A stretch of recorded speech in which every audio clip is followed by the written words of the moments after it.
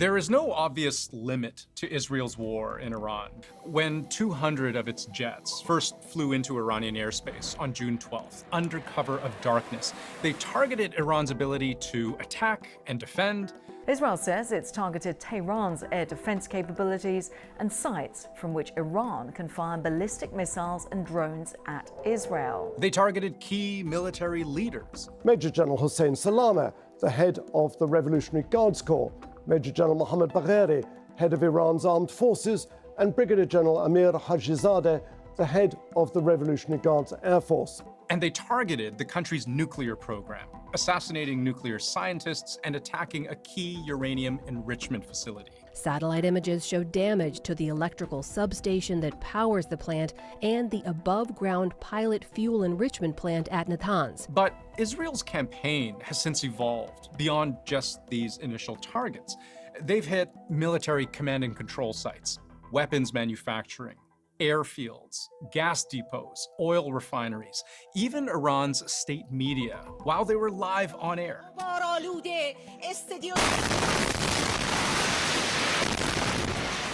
And shortly after the attack, the Wall Street Journal published an exclusive. Israel had considered killing Iran's supreme leader, Ayatollah Ali Khamenei, the most powerful political and religious authority in the country.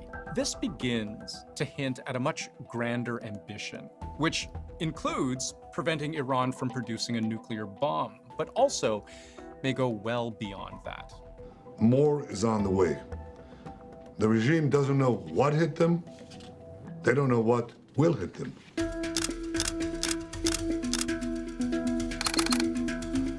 The most explicitly stated reason Israel has given for bringing war to Iran is that its attack was actually self-defense. This morning, the IDF began preemptive and precise strikes, targeting the Iranian nuclear program. We have no choice. We are operating against an imminent and existential threat. And this mode of thinking is actually a pattern of preemptive strikes that goes back half a century. This footage, posted online by Israel's Air Force, shows the view from the cockpit of an F-16 fighter jet in 1981 in Iraq. It's one of several jets dropping a pair of 2,000-pound bombs onto a nuclear reactor. Except that reactor was under construction. Operation Opera, as it was called, was an Israeli preemptive strike against Saddam Hussein's attempt to build a nuclear bomb, itself a counterbalance to Israel's own rumored nuclear capability.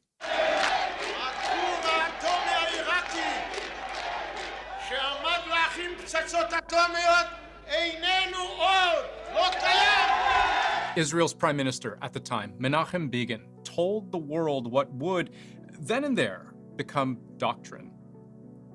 We chose this moment now, not later, because later may be too late.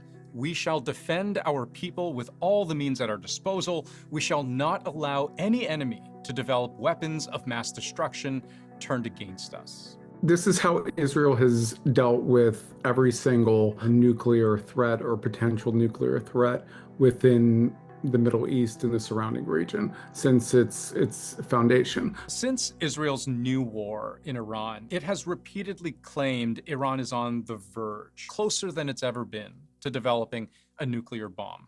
And if not stopped, Iran could produce a nuclear weapon in a very short time. It could be a year, it could be within a few months.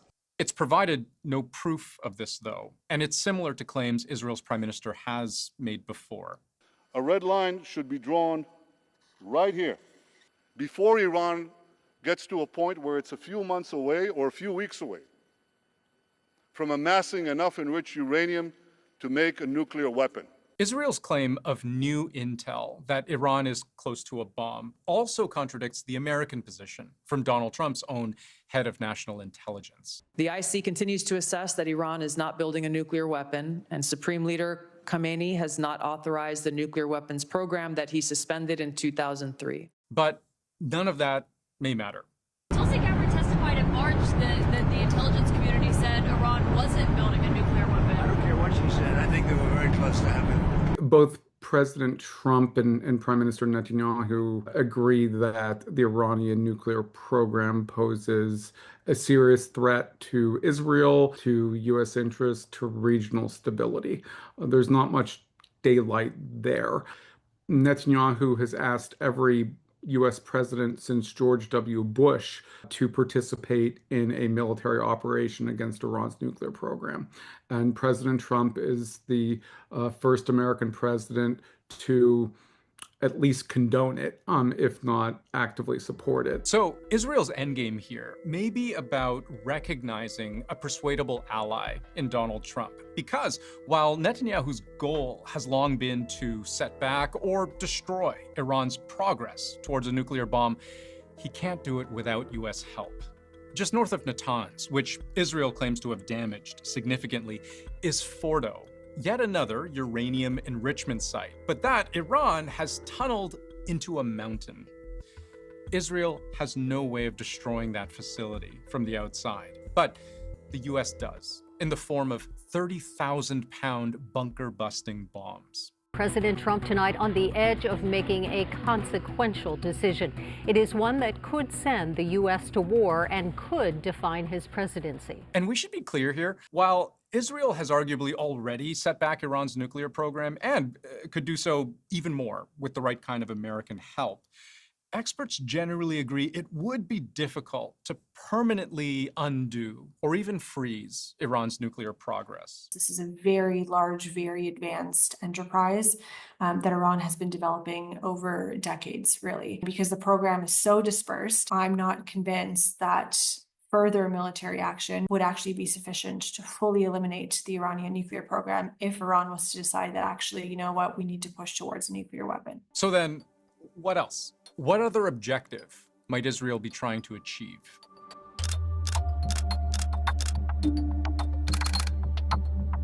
There are many ways to topple a government. They almost all involve attacking the power structure that holds it up.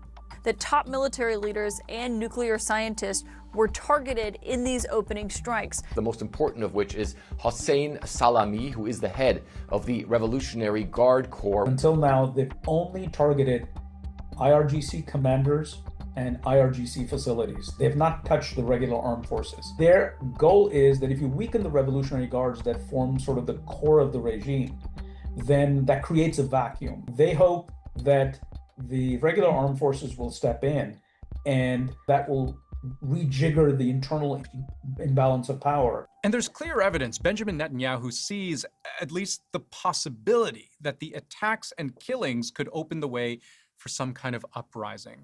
Listen to how he addressed Iranians specifically the day after he bombed their country, with many more such attacks yet to come.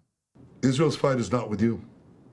It's not with you, the brave people of Iran, whom we respect and admire. Our fight is with our common enemy, a murderous regime that both oppresses you and impoverishes you. This is your opportunity to stand up and let your voices be heard. Woman, life, freedom. Zan, Zandagi, Azadi. Those last three words, Persian for woman, life, freedom. It's a nod to one of the fiercest uprisings Iran had seen, maybe since the revolution in the late 70s.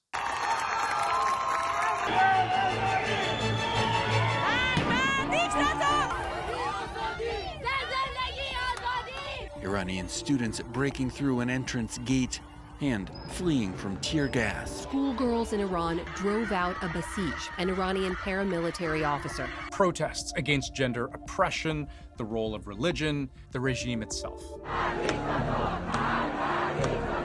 These were widespread and sustained. The scale of those protests were huge. They lasted for well over a year. The anger was also over living under a brutal dictatorship like the Iranian regime, and seeing that this regime is spending far more money basically supporting and cultivating proxies, projecting power outside this country, while the country at home, the domestic political economy is in shambles. It's not a matter of opinion to say the regime that rules Iran, that brutally put down that protest in 2022 with mass arrests, live rounds, and executions, it is unpopular. The country is subject to crushing US sanctions on oil, on access to global markets. Online activities are heavily censored, and citizens have expressed a deep distrust of elections. Israel knows all this, and Netanyahu has wanted regime change for an awfully long time. Obviously, we'd like to see a regime change, at least I would, in Iran. It's not a question of whether you'd like to see a regime change in Iran, but how to achieve it. And fast forward back to 2025. This is clearly on Netanyahu's mind once again. The time has come for you to unite around your flag and your historic legacy by standing up for your freedom from an evil and oppressive regime. Is regime change part of the effort here? Could certainly be the result because the Iran regime is very weak. But what works against Israel, if regime change is one of its goals, is the historical fact that this kind of undertaking can be impossibly difficult. And the Iranian regime specifically has survived as long as it has for a reason. From the regime point of view in Tehran, they are all about survival. Their DNA is about survival. You could see circumstances in which the regime would collapse. But just because a regime is fragile does not necessarily mean that external intervention is going to expedite its removal. There is a risk of a rally around the flag effect. They may not like the regime. They may not like the supreme leader. They may not like the system of repression that they've been living under. But they are also very conscious of Israel's activities in the region. They may harbor views and concerns with regard to Gaza, for instance. They don't like this regime, a lot of them don't, but they also don't like seeing Israel bomb their country and kill their people. It's difficult to parse out. It's a very entangled, complicated public sentiment. I think the most important point overall about regime change is there's no guarantee that even if you succeed, the successor regime is going to be better than the Islamic Republic. Bottom line, there is no simple answer to the question, can you really liberate a country by bombing it?